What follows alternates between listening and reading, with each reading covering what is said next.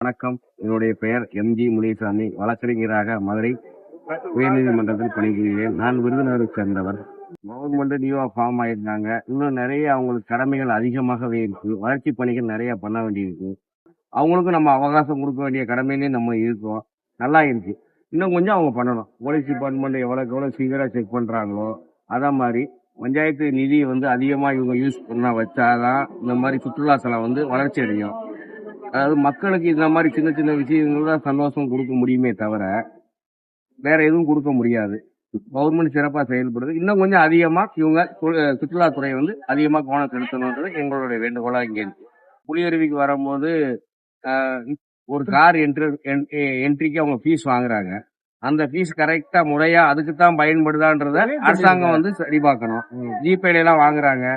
ஒரு என்ட்ரியில ஒரு வெஹிக்கிள் நுழையும் போது வாகன எண், தேதி எல்லாமே குறிப்பிடணும். அவங்க எதுவுமே குறிப்பிடாம செய்யறாங்க.